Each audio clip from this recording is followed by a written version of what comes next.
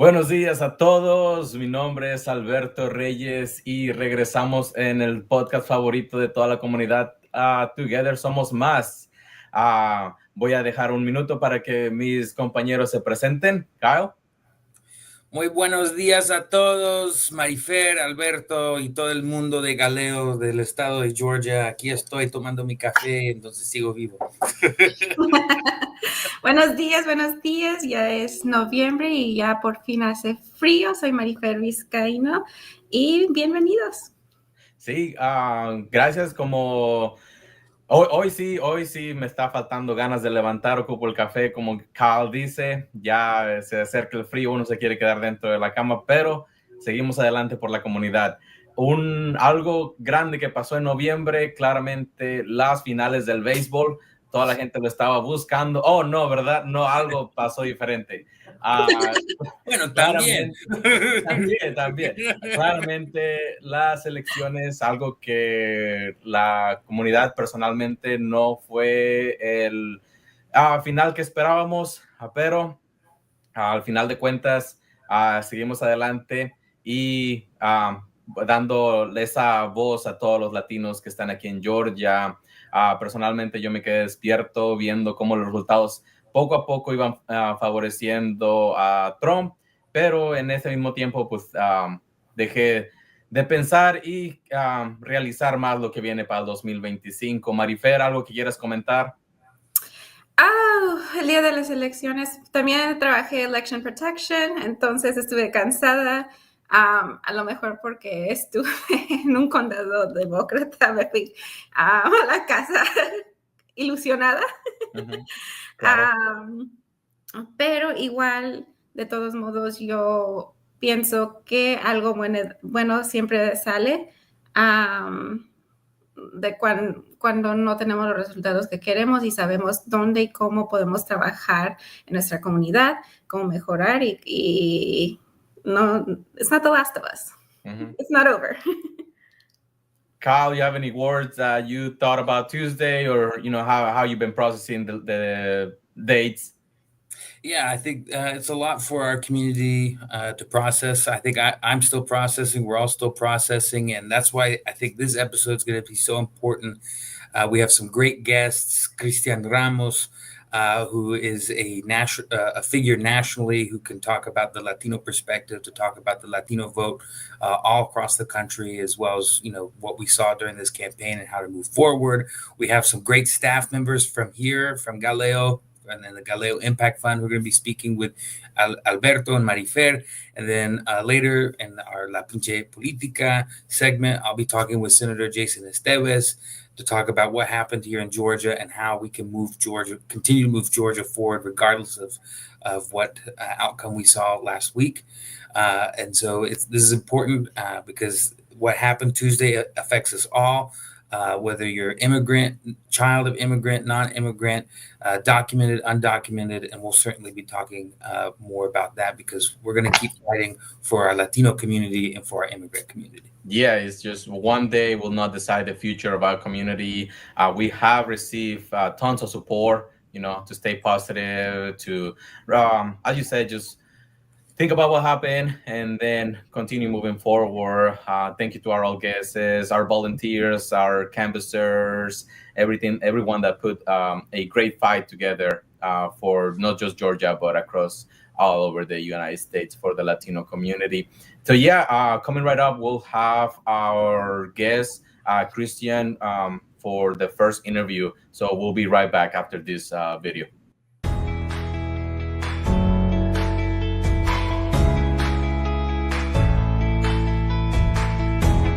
This country was founded by immigrants, and the way that we are treating the immigrant community now is appalling. And every single one of us, our families are descendants of immigrants. And we need to make sure that this country is as welcoming as we say we are.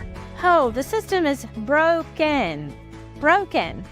Everybody will tell you it's broken. So why don't we fix it? We as a nation have not had the political will to really fix the problem. And what happens is, particularly at the federal level where immigration is, that's Congress is the ones who can fix it.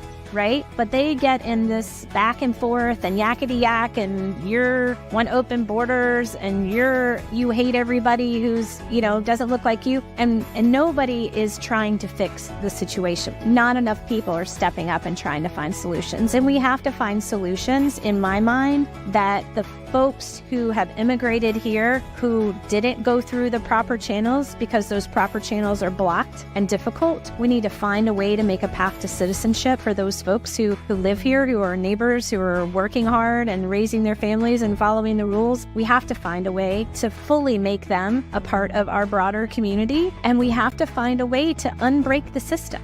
An ongoing battle for us, for Galeo and the partners here in the state for a long time. It's been a very frustrating issue because we keep receiving promises from elected officials, and those promises are continually broken. So we are continuing our message of, if enough is enough, now is the time for immigration reform. Now is the time for genuine paths for citizenship and ways to really help our community, because the immigration issue is one that deeply affects our community, and it's one that is tied to access to many other resources and many other opportunities, and it really affects our community. Immigration reform has always been kind of at the heart of the work that Galeo Impact Fund has done through their support of immigrants. And I say immigrants generally. Here in the state of Georgia, we have a large diaspora of immigrants, not only of Latino background, but those of African countries, those of Asian and AAPI communities, those other immigrant communities from disparate religious backgrounds, such as Muslim community. And the reason that I bring up these other communities is that the work that Galeo does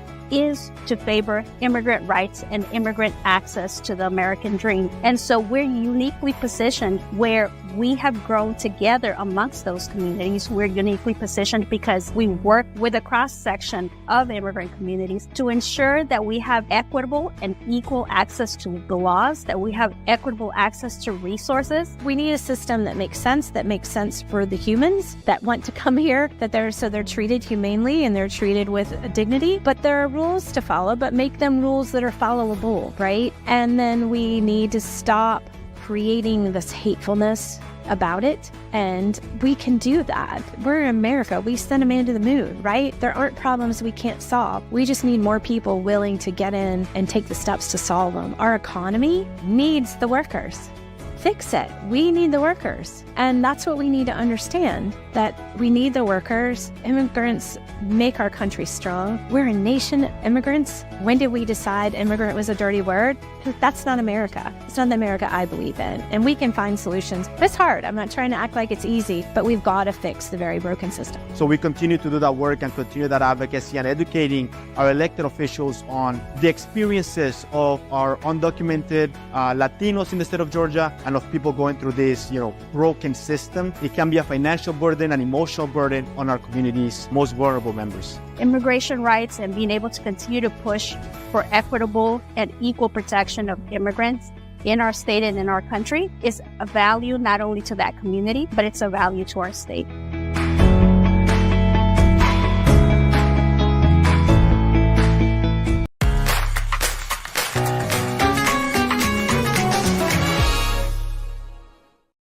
And we're back. Marifer, Kyle, we're la sección Lo que nos importa. Something quick, something refreshing, something that we have seen in the last couple of days that, we can reflect, that we would like to share on the community.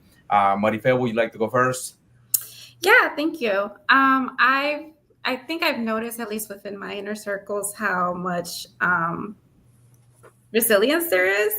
Of course, the election results, at least for myself, someone who has DACA, my parents are undocumented, my sister has DACA. We're all scared about what could come, but my parents remind me every day, like, we are here, we've been here for over 25 years.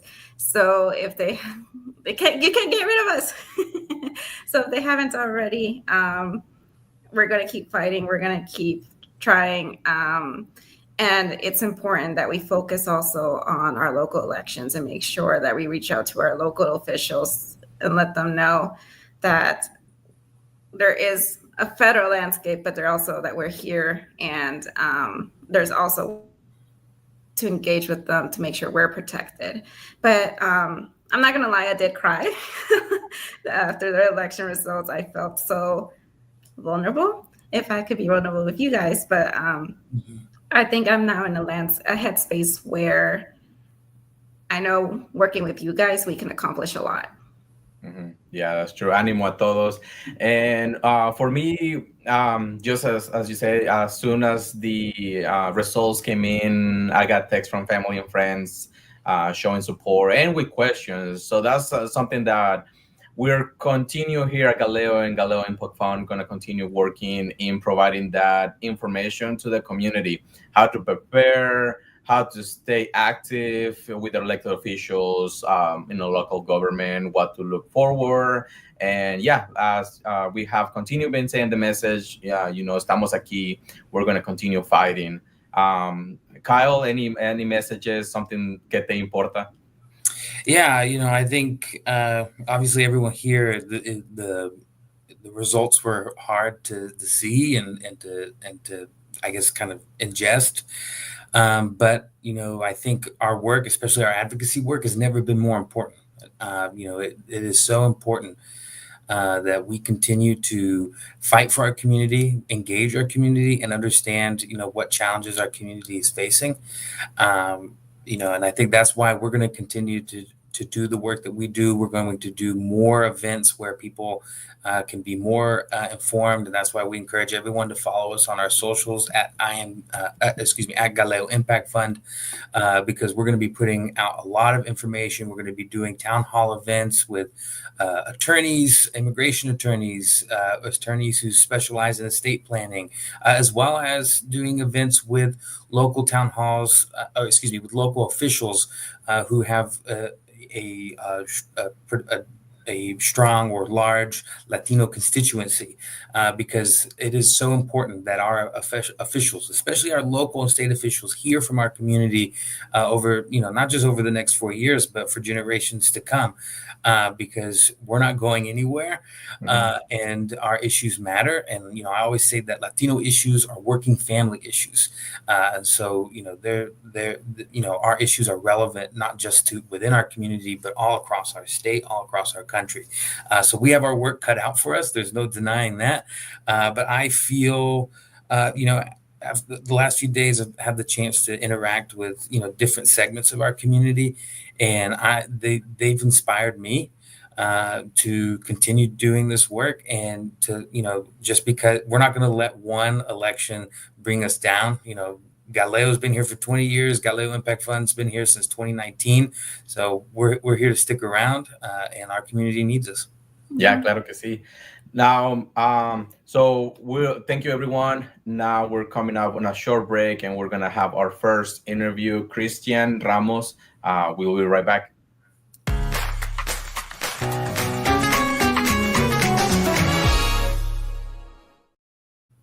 And we are back with Kristian Ramos, our special guest. He's the founder and principal for Autonomy Strategies. You might have seen him on any variety of national news shows, in articles, newspapers. So, Kristian, thank you so much for taking the time to be with us today, to help our community and our viewers kind of better understand how we got where we are today and how we're going to move forward. Oh, I think we have some microphone issues. Well, let me unmute. Thank you so much for having me here, and I really appreciate you all taking the time to have this conversation. It's very important right now. Yeah, absolutely. And so let's go ahead and dive right in. What were some of the major themes that we saw nationally in this election, and what do you think were kind of the deciding themes? So I think there's three things that I would like to point to. Stuff that we saw before the election, stuff that we saw during the election, and then stuff after that I think we need to clear up. Number one, the economy was critically important to Latinos all over the country. The price of goods, the price of homes, of living situations was very important. Having said that, I think one of the things that is misinterpreted about what happened this cycle was that Latinos actually very much liked the policies that were put forward by Democrats. What they didn't like was that we didn't have a story about why they were experiencing what they were experiencing. We didn't have a reason for what they were experiencing at the grocery store or everywhere else. Donald Trump did have a story about what they were experiencing, and he was able to empathize in that way with enough Latinos that we were able to see a shift among those voters. And I think that's a critically important part of this conversation, because what we saw on election day is that there were a lot of Latinos and voters in general who said, I don't like Donald Trump. I like Kamala Harris more, but I'm still pulling the lever for Trump. I'm going to vote for him because I think he will lower prices, because he understands what is happening in my community and what's happening to me, and he'll do something about it. And so we had a lot of policies to fix these things, and I would argue we actually did lower prices considerably. We did not do that work of empathizing with the community in a way that made them understand that we got it, that it was corporations that were price gouging them, that it was the mega rich who were trying to divide us for their own gain. Those populist messages actually really work within the Latino community. They just didn't hear that from us enough. I'm not going to say that we didn't say this. Some people did. And some of the, it was in the campaign's rhetoric towards the beginning, but at the end, we didn't talk enough about that. And then finally, the last part I will say about the election, I think this is very important. Mass deportation and the anti-immigrant rhetoric is not popular with Latinos when they fully understand what it means. Work that we did with the Valiente Action Fund, work that we did with Way to Win, research found very clearly when you outline and you explain exactly what is going to occur in people's communities, they reject it. Mm-hmm. And that's something that sadly we're going to experience some version of that now. And I do think politically that is going to be disastrous for the Republican Party, because I don't think it's just Latinos who are going to be turned off by that. I think most voters, once they see what it entails, how much it costs, are going to reject it. Right. Thank you, Kristian. What was the perception or the narrative when we're talking about economy and immigration? Our community has a high percentage working in constructions, farming, service. So if the Republican narrative was about like we're gonna increase or better the economy, but at the same time, affect immigration, what do you see that story going forward in 2025? So I think, look, this is also something that is broadly misunderstood here. What Donald Trump did was he said to the older immigrants that are here, the newer immigrants that you are competing, and we're going to get rid of the newer immigrants. And then he said that will benefit you economically because you guys are competing against each other. And I think that was a persuasive argument to some of the other folks who had been in the country longer, unfortunately. And I think they are about to be in a rude awakening on that issue, because a lot of them think that the people who have been here longer think that they're not going to be caught up in that. We heard in focus groups, we heard in conversations with people in the communities, that's the guy down the street. That's not me. I'm one of the good ones. They're not gonna deport me. And so we're gonna see how that goes, unfortunately. And it is very scary that we're in this position currently. Absolutely. And thank you for pointing that out. I kind of want to touch on the earlier point you made about a lot of the kind of populist rhetoric that we, saw, throughout this election cycle, especially from the Republican side. Right now, there seems to be a big debate between, within the Democratic ecosystem, right, about what Democrats could have done better, what messaging, how they should have changed their messaging. Do you see it as kind of more binary, as some of this debate seems to be, as as the moderate wing versus the progressive wing, and one wing has more responsibility for the outcome of this election than the other, or do you think it's more nuanced than that?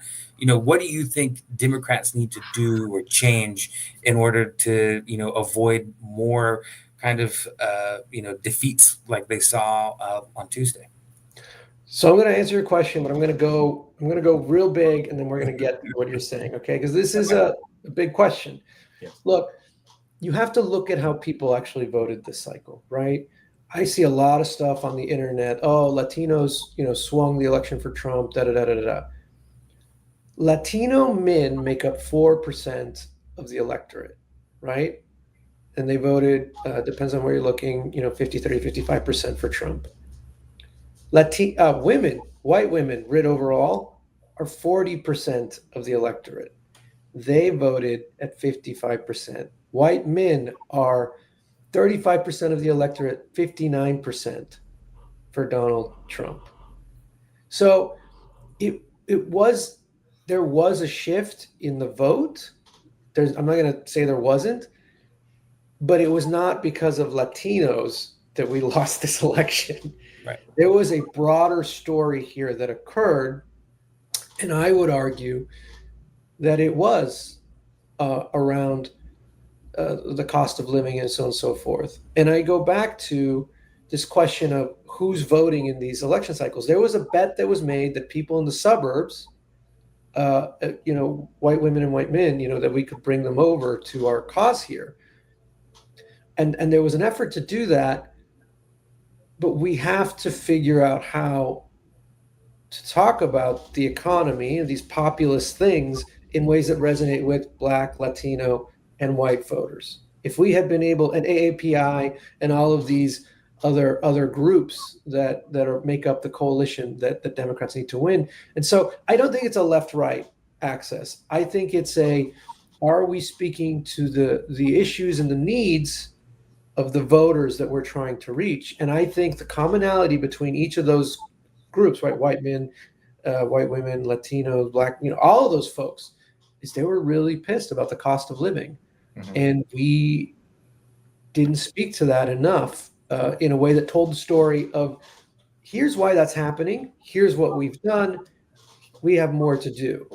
And so, absolutely, Georgia's economy is tied to immigrants and immigration, and that's a part of it, right? We have to keep all of those stories together, right? Mm-hmm. I don't think, I think it's doable. I think we can do that in the future, but it's going to take some thinking and some conversations. And I don't think there's any benefit in this this moderate progressive fight.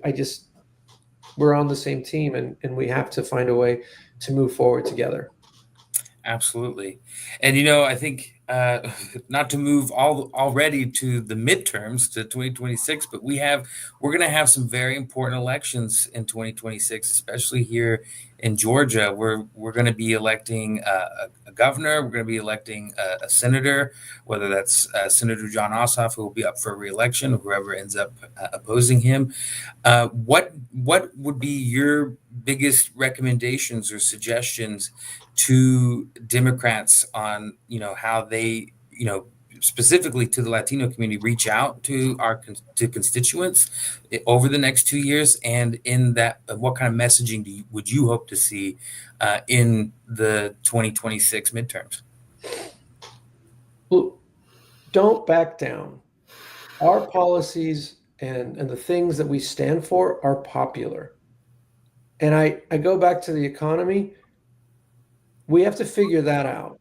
But everything else we stand for, reproductive rights, civil rights, immigration, climate, fighting for a clean climate, that stuff is popular with voters, right?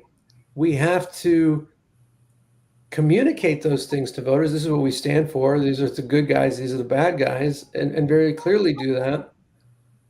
And we can win. I'm convinced that Donald Trump is going to overreach in his first year. He's going to do mass deportation is going to be super unpopular. Tariffs are going to be super unpopular and raise prices. All of these things that he's proposing, he wants to get rid of the ACA. Those things are unpopular with voters. And if we do our work and we tell that story about how, you know, we're for these communities and not let them divide us, right? If we don't get into this war, these fights that I think folks are going to want to have, I think we'll be okay. Yes, and I think to your point, we saw a lot of that. Maybe I don't know if cognitive dissonance is the word, but when especially swing states voted for Democratic governors or senators or representatives, but still overwhelmingly voted for Donald Trump. Could you maybe speak a little bit about that? Maybe why that is and how that, how maybe we could see that in other swing states like Georgia? Yeah, I think, can you rephrase? So voters voted for Trump, but they did or did not vote for the lower ballot folks. Right. I think what Marifer's talking about is like, you know, Trump he swept all the swing states, right? Mm-hmm. But at the same time, we saw a Democrat get reelected in Wisconsin. We saw Ruben Gallegos get elected in Arizona. So how do we square that? Because supposedly, you know, I've read numerous articles over the last several years saying people don't split tickets anymore. Right. Obviously, that's not as true. So can you speak to that? Gallego and Tammy Baldwin were both focused on cost of living issues. Mm-hmm. They were both focused on workers and the middle class. Their campaign was very, very focused on that from the beginning. And that was the difference maker. I do think the people who focused on the pocketbook issues, right, with their voters and clearly communicated that, were rewarded at the polls. People voted for them. And so I think the other piece here, to that end, we have to get closer to voters. We have to get to where they are. Look, immigration, people like immigrants. People like that, but we have to be full-throated in our defense and say, look, the immigrants bring down the cost of living for everyone. Immigrants provide, you know, cultural and economic things to our country, and we should embrace them, and we should find ways to create more legal pathways to help them, not, you know, MAGA light stuff. That's not going to help us. Voters want to see differences. You know, they want to see how you're different from the other side. So we have to be able to say, yes, we're pro-immigrant, and we want to find a way to help people contribute to this country, and we should create a legal and orderly process for people to enter the country. That's very popular stuff with voters, but we have to say it. And so that is also an economic argument that is persuasive to voters when we make it. Yes, and I have heard many takes where people doesn't know that immigrants provide into the Social Security system without getting any of the benefits. So as you mentioned, you know, there's a high percentage of positivity about that. We have about a few minutes. Any final messages, Kristian, something that you personally or your organization are looking into 2025? Look, I know that this was a terrible, awful election, and we are not in a good place. But I do see opportunity here to rebuild, to get stronger, to win these fights, because we have to. Right. And at this point, we have to be there for immigrant familia. We have to be there to make the case for a democracy and reproductive rights and how we're going to help workers. And I just, again, MAGA and what it stands for, when voters actually see it in practice, it's not going to look good. Mm-hmm. And I think we have to be positive and be ready to take advantage of those moments to win in 2025. And I think we can, and I think we will. Yeah, we definitely be here. Thank you again for your work on your organization here at Galileo as well. Do you have any social medias that you would like to share with our listeners? Yeah, please follow me on Twitter at Ramos 1841. Thank you so much. Well, thank you so much, Kristian, Ramos. Thank you, Marifer. Thank you, Kyle. We'll be right back after this break.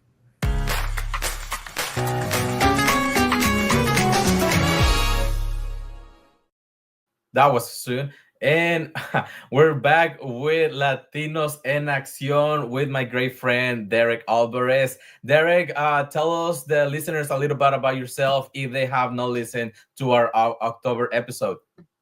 Yes, thank you, Alberto. Good morning, everyone. My name is Derek Alvarez. I'm Director of Civic Engagement at Galileo Impact Fund. But so excited to be here again this morning, speaking to you all.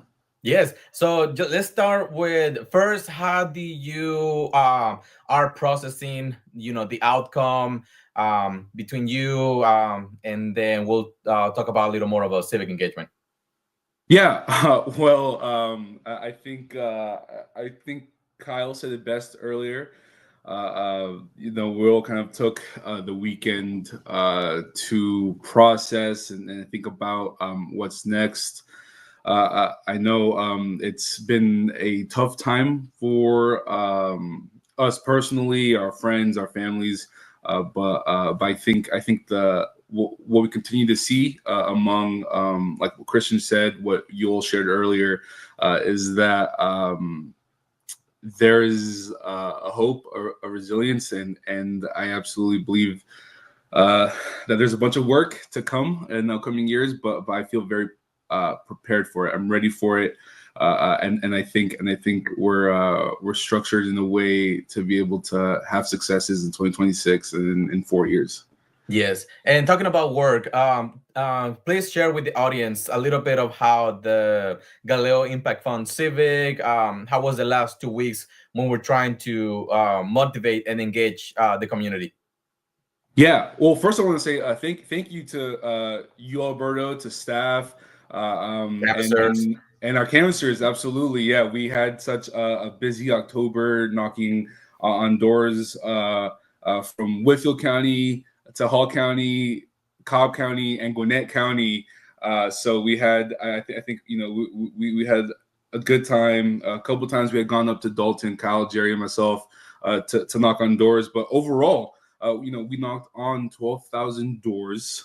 We had a contact rate of about 24%, which is higher than the national average. So it's really great. I think voters see us. We speak Spanish to them. We look like them, and so the answer rate has been really well, and the conversations have been pretty good. They're responding well and very enthusiastic, and so that also kind of feeds my soul a bit, or gives me hope for the next year's coming, because of all the emotion and passion that voters had while we were in the field, and even to voters who had seen us just walking around honking their horns at us in a nice way, yes, waving, saying hello, saying thank you, seeing our Galileo Impact Fund shirts. So all of that is very, very uplifting, and I have no doubt that our community will continue having the same attitude as we move forward in the work that we do. Claro que sí. As you mentioned, the community was strong. We're strong, united. We will continue bringing all that great effort into 2025 and many years to come as well. Do you have any final words or something that you would like to share with the audience? Yeah, well, again, I just want to say thank you to our canvassers and staff. At Galileo Impact Fund, we had a major focus in Cobb and Gwinnett specifically, because we were getting our voters to vote for not only Vice President Kamala Harris, but our endorsed candidates, and also the transit referendums happening in Gwinnett and Cobb. And so we were having full conversations, pushing on Vice President Harris, our amazing endorsed candidates, which you can see on our Galileo Impact Fund website, and transit. So the conversations were great, absolutely, and from every angle of interest. If someone didn't care much about the president, but they were very interested in what was happening locally, right? It's a reminder that local elections are extremely important and sometimes have a bigger, more direct effect on our lives. 100%. But the fight keeps going, and so So I'm very ready to do that. I'm very lucky to have people like you, Alberto, along my side to do it as well. Oh no, I'm also very blessed to have the team, everyone supported. And as a positive message, we also gonna remind our listeners about our Vamos Pa' Fuera green initiative. That's where we are focusing on the environment. Everyone voted with their economy and mindset. Oh yes, that's completely fine, but we need to take care of the planet. We will have great events coming up for volunteers to sign up. We will have great workshops, great information. Everything is coming on the words. Derek, are you excited for Vamos Pa' Fuera 2025? I'm so excited to see the program grow into what it has been. I think one of the things we've been most excited about this past year is that we were able to have a partnership with Patagonia and Latinx hikers. And so we had a week for Latino Conservation Week of events. And so we obviously took a break from all that to focus on election work, but very much excited to hop back on that momentum and bridging the gap between Latinos and the conversation about the environment. Yes. So please make sure to follow our Ramos Pa' Fuera events, and we have a little tab on glow.org for Ramos Pa' Fuera. Yeah, and thank you, Patagonia. Definitely should be sponsor more events. So if you know anybody contact working there, let us know. We hosted really fun events, the cacao ceremony, the hiking under the moonlight. So like I said, we all enjoyed our environment. We all deserve to have a planet that is well taken care of here in our community, in our local community, in our parks, in our everything that has a green initiative. So that's it, Derek. Any social medias that we should follow up? Glow Impact Fund. And I am Galeo.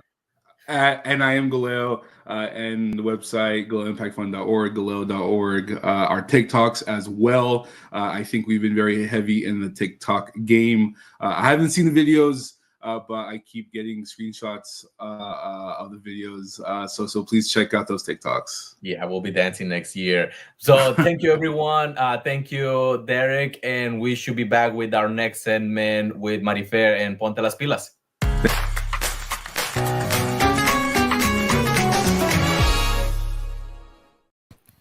Hello, everyone. Welcome back to Ponte las Pilas. I know you heard me talk about so many of our events this year, the summit, this series, GIL, and everything in between. So I wanted to present the woman of the hour, the leader of our department, and the person who makes all of those happen, Elizabeth Silva. Let's just call her Liz. Welcome. Awesome. Thank you, Marifer. Buenos días a todos. My name is, I go by Liz, but I'm Elizabeth, Director of Leadership Development, and it's great to be here. It's been a busy year, but we're here. I know we're reaching the end of most of our programming, or all of our programming. Last Saturday, November 2nd, was it last Saturday? Yeah. Or the week before, we had GIL graduation. I know this is one of the biggest cohorts we've had in a long time. Do you want to speak more about our experience with GIL and the cohort? Yeah, definitely. So for those who aren't aware, the GIL program, it's known as the Galeo Institute for Leadership Program, where we work with UGA to get the curriculum from the Fanning Institute for Leadership. And it's an 8-month-long certification program where people from across the state, anybody 18 or older is welcome to join. And recently we just had their graduation where we had 34 impactful community leaders graduate.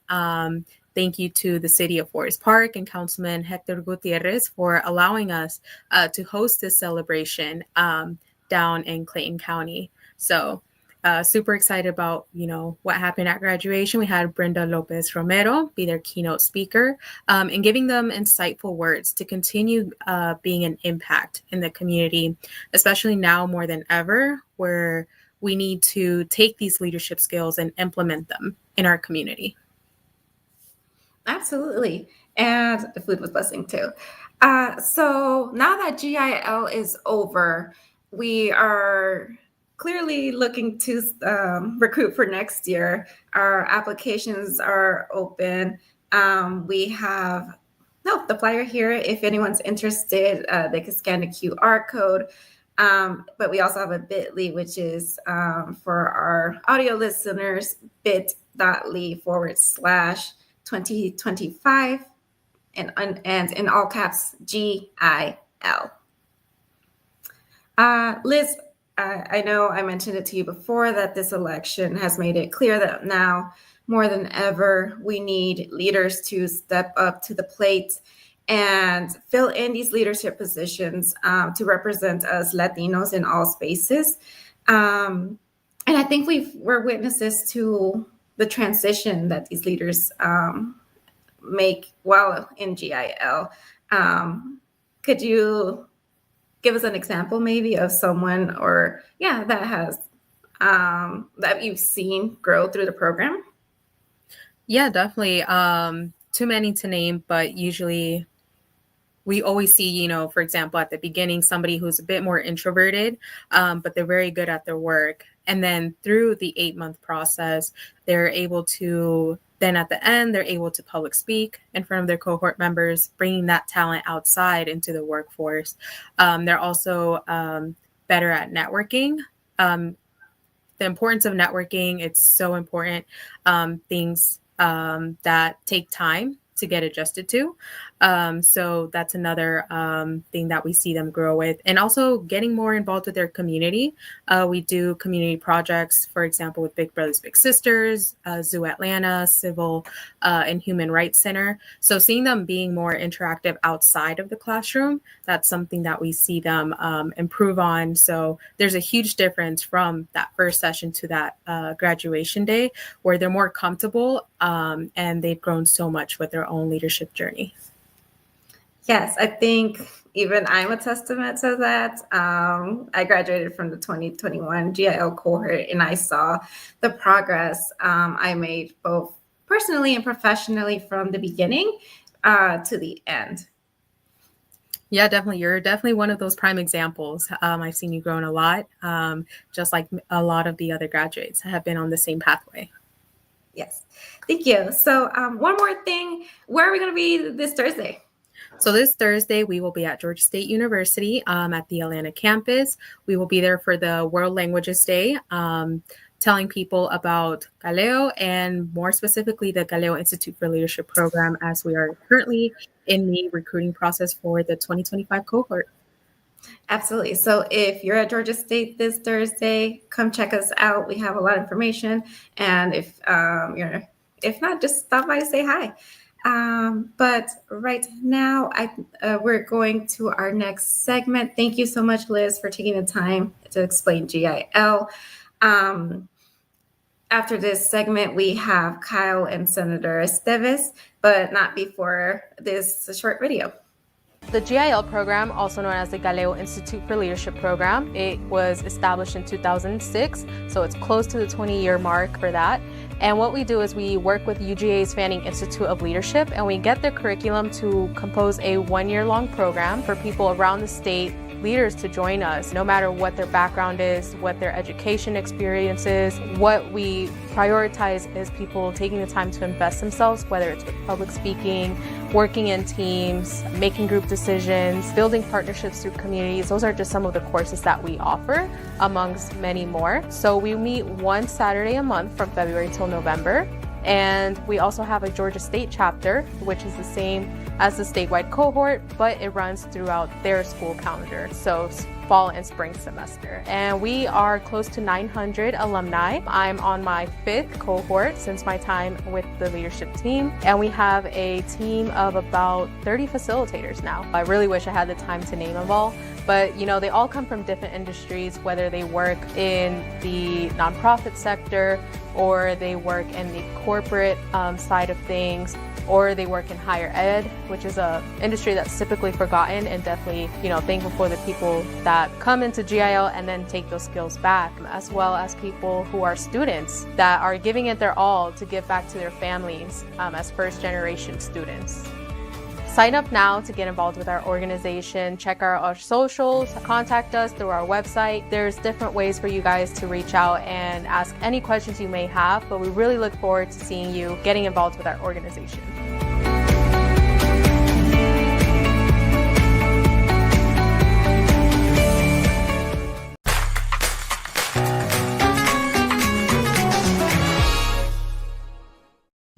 Hello, everyone, and welcome to La Pinche Politica. I'm Kyle, and here I have with me a very special guest, a longtime supporter of Galeo and the Galeo Impact Fund, former board member on both of our boards, as well as former chairman of our C3 board, Senator Jason Esteves. Thank you so much for joining us today.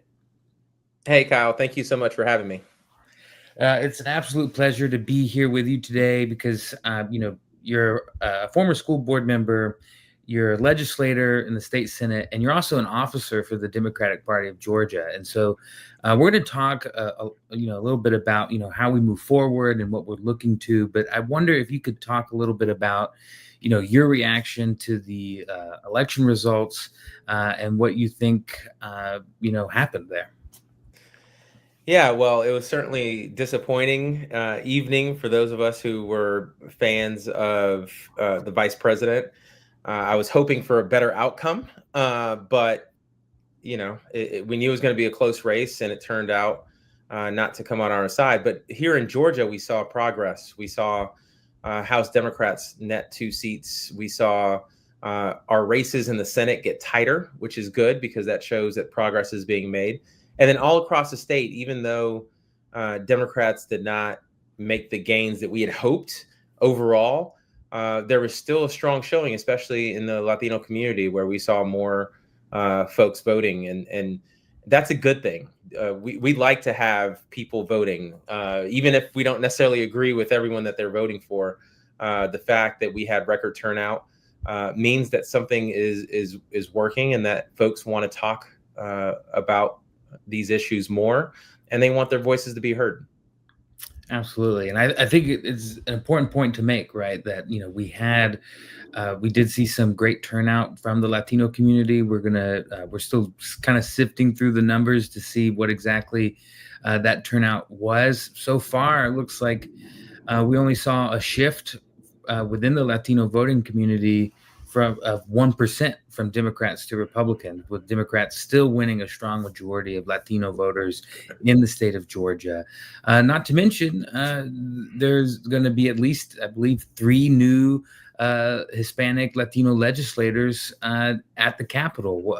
I know Rashawn Kemp is going to be joining you on the Senate side, and then we have Gabriel Sanchez and Marian Santos, who are going to be heading to the House.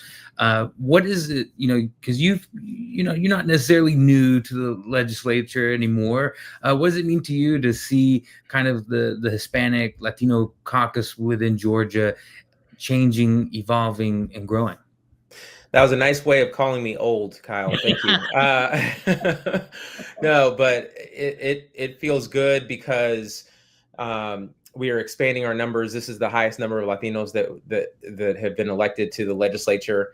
And I think it's representative of the momentum that the Latino community has generally. We are at least 10% of the state's population, which means that we have many more state legislators to elect before that percentage of the population is reflected in the Senate. But for now, I'm proud to say that we're going to have more Latinos than ever. And I anticipate that what you will hear from the Latinos coming in on both sides of the aisle reflect the diversity and the views of the Latino community. So, too often, Kyle, we are seen as a monolith. And the reality is that there's as much diversity in the Latino community as there is everywhere else. And at the end of the day, what the vast majority of Latinos want is to live in safe communities where they have the opportunity to work at jobs with dignity and respect, and to bring home money so that they can put food on the table. And then they also expect there to be better opportunities for their children and grandchildren. So Democrats and Republicans alike should be talking about those issues as we campaign across the state. Absolutely. And thank you for, bringing up that point. I think even within our new and expanding Hispanic Latino Legislative Caucus, we're seeing, that diversity of background and viewpoint, even though we don't necessarily have the correct ratio, right, according to population and our legislators. But it's so inspiring to see that that caucus growing and changing.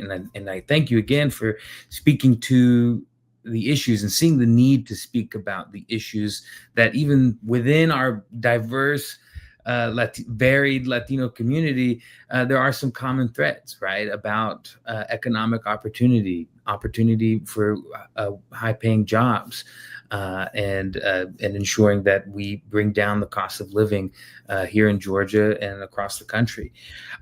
Looking towards next legislative session, what are some things that you are hoping to work on specifically for the Latino community and our community of immigrants here in Georgia? Yeah, well, I'm going to focus a lot on kitchen table issues. I'm going to be focused on supporting our small businesses. Latinos are very entrepreneurial. We have a lot of small businesses, especially Latinas, who are driving that entrepreneurial spirit in our community. So I'm going to focus on small business support, because Republican leadership right now is very focused on big business and bringing these big projects to Georgia. But the reality is our small businesses is what drives our economy. Over half of all Georgians are employed by small businesses. So we have to make sure that we are focusing on them. And the other things are the basics that I think are the necessities of any quality state, any quality community. And that's focused on a great public education system, on quality access to healthcare, and ensuring that we have affordable housing. And for Latinos and everyone, having access to quality, safe, affordable housing is essential. And we should be talking about how we can make that happen. And frankly, how state leadership has tended to ignore those very issues, and in some cases exacerbate those issues. So I'm going to be highlighting the need to work on those issues. Unfortunately, Kyle, and you are down at the Capitol often, I don't think that's what we're going to be focused on as a legislative body this session. I think that Republican leaders are going to be focused on those culturally divisive issues that really impact a small number of people. And it's going to be to the detriment of the vast majority of us who just want the state to move forward and continue to grow. Yeah, and I think that definitely speaks to the importance of paying attention to those state and local races, as voters, because I always say that the closer that an elected official is to home, the more direct impact they have on our daily lives. And so I think it speaks to the importance of the balance of power that exists at the Capitol and here in the state of Georgia.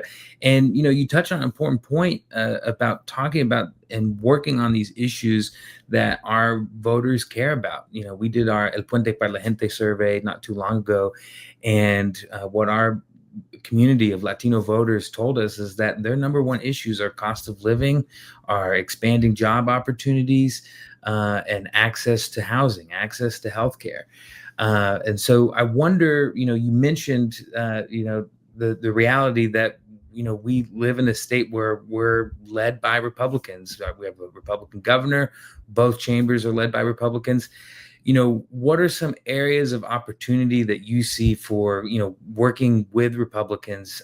Because I know, you're big on relationship building.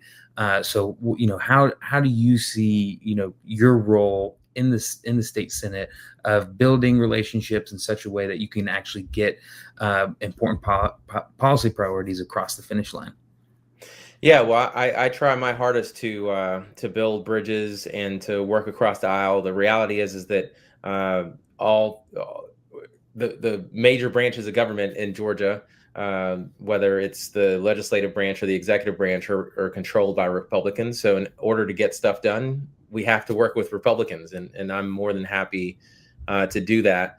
And what I do is reach across the aisle and talk about issues that are important to Georgians. And I'm proud because of the relationships that I've been able to build with my colleagues. For example, we had the first hearing on providing in-state tuition to DACA recipients this year. And that was a huge accomplishment because it had not gotten a hearing in the Senate at all. And during that hearing, I had several colleagues on the Republican side express interest in working together and moving that bill forward. So there's good news there. I also worked with my Republican colleagues to pass, and you talked about affordability, housing affordability, Kyle. I worked with my Republican colleagues to pass some property tax legislation to provide relief for property owners on the property taxes. So I have a record of working across the aisle, but at the same time, not being afraid to call out issues that need to be called out when they try to distract us with division and cultural issues. I call them out and try to focus them on economic issues, and I anticipate that will continue. But we cannot get into this space where we are cutting off the other side, just like we wouldn't cut off a family member who we may disagree with. I know I have people who voted for Trump in my family. I'm sure a lot of other people have folks who voted for Trump in their family. That doesn't mean that we stop working with them or stop talking to them. We have to continue to move forward because we know who they are and we know what their intentions are. And I firmly believe that Republican or Democrat, that there are people in the legislature who just want what's best for Georgians. And we just have to debate over how best to do that. Well, thank you so much for, speaking to the importance of keeping the lines of communication open at our state's capital under the Gold Dome, while also speaking to the issues that our community cares about. I always say that, Latino family values are the exact same as working family values, right? And speaking to those kitchen table, pocketbook issues, it's just so important because, as you mentioned earlier, a lot of times these other issues that impact such a small, portion of our state or relevant to such a small portion of our state can become distracting and divisive. So, before we depart, I wonder if you can, because obviously, as I'm sure you know, a lot of our community is still processing and many folks are still reeling from the results that we saw come out of this presidential election. What's giving you hope right now? What is, making you feel optimistic about the future for the Latino community of Georgia and for the state of Georgia in general? Well, as my U.S. Senator, the great pastor, preacher, Senator Warnock says, keep the faith. Keep the faith. And just because there's a setback doesn't mean that you don't continue moving forward, because we do have to acknowledge that the progress is being made. And while Vice President Harris did not necessarily win the election, we have made progress in Latino engagement and moving that forward. While we didn't win all of the seats in the legislature we were hoping to win, we did gain 2 seats in the House. So we just have to keep that in perspective and acknowledge that that progress is being made, and we just have to learn from that progress. But we also need to learn from the setbacks and take all that information and game plan it out, because in 2026 we're going to have a pretty big election coming up, where we're going to be working to reelect John Ossoff as U.S. Senator. And then we're going to work to elect a new governor and lieutenant governor and on down the ballot. And if we want those folks to be aligned with our values, if we want those folks to be Democrats, then we have to learn our lessons from this cycle and move forward. That's the only way, because if we don't, then we'll continue to live in a state that is dominated by Republicans, and we'll continue to see increased costs, less services, and generally a way of life that is not as good as it could be if we all work together to move us forward. Senator Esteves, thank you so much. I know you're going to continue to work with organizations like Galeo and Galeo Impact Fund and folks all across the state to keep our community, as well as other communities in Georgia, engaged throughout the upcoming legislative session, as well as the midterms in 2026, because you're right, we have to already be preparing for those important statewide races that we're going to see. Thank you so much for taking the time to be with us. Thank you for your leadership. Thank you so much for having me, and look forward to continuing to support Galileo.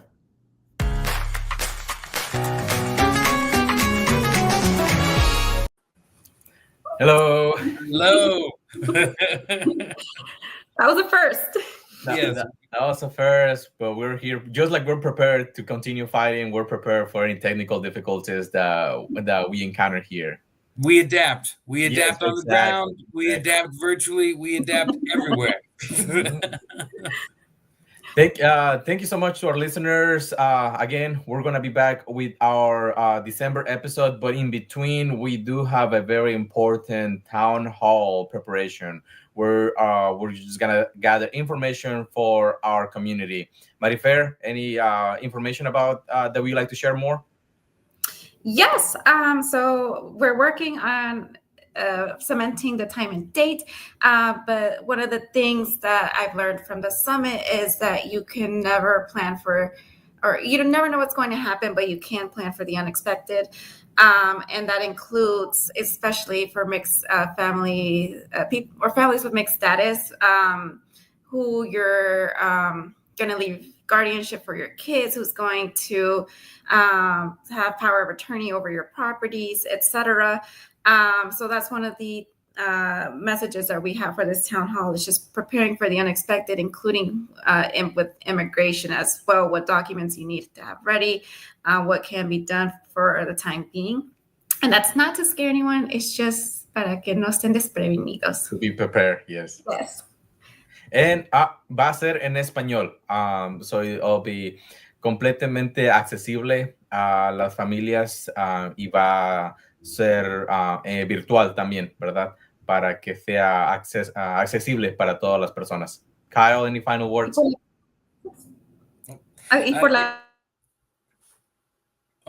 Marifer? Oh, that was too short. Okay, so yeah, so we're gonna have that town hall la primera semana de diciembre. Vamos a hablar con dos abogados que son expertos sobre la ley de migración y state planning y cosas así.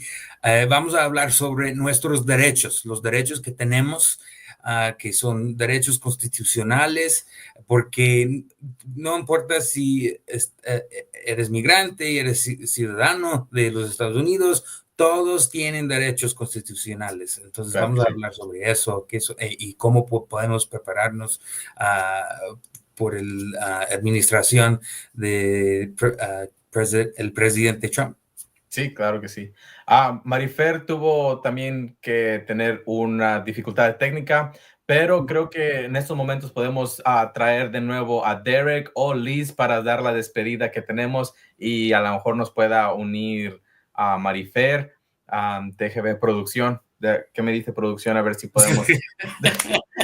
Okay, ¿cuál es el destino final? No. Ok, bueno. ¡Ey! Se vino la gente. Marifer! You brought your friends. Okay, I get it. Alguien ponga la foto de Derek, pues luego nos despedimos. Pero, Marifer, ya que tú ya fuiste la de la sorpresa, ¿quieres decir las palabras para despedirnos? Okay, yeah, absolutely. Y recuerden todos, juntos, somos más. Somos más. Together. Let's do it again. Okay. And remember, guys, together, somos más. Somos más. There you go. Gracias. Thank you, everyone.